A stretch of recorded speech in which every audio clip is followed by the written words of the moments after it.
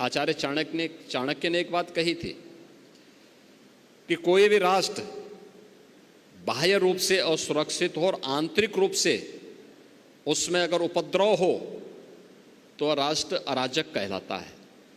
और अराजक राष्ट्र बहुत शीघ्र समाप्त हो जाता है। यानी अराजक राष्ट्र की स्थिति वैसे ही होती है जैसे आज आप पाकिस्तान की स्थिति देखते होंगे। पूरी तरह अंदर से खोखला हो चुका है, अस्त व्यस्त हो चुका है। ये अराजकता किसी भी राष्ट्र को दुर्गति के कगार पर ले जा करके उसके अस्तित्व के सामने प्रश्न चिन्ह खड़ा कर सकता है।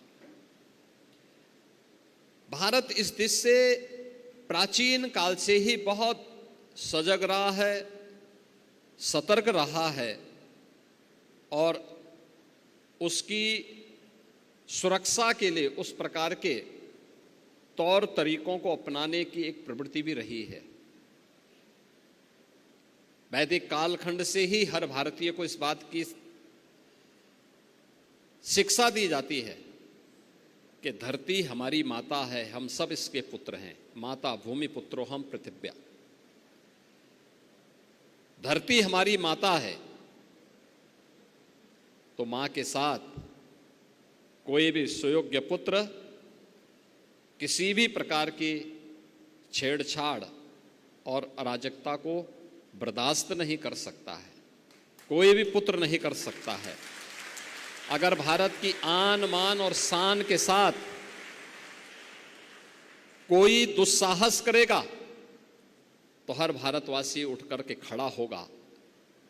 और यही तो प्रभु श्री राम ने हम सबको कहा था।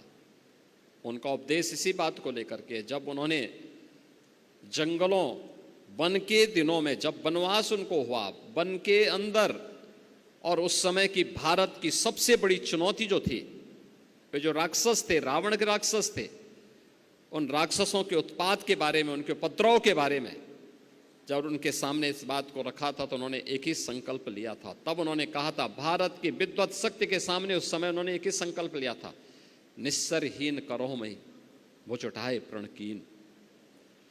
यानी एक ही प्रण किया था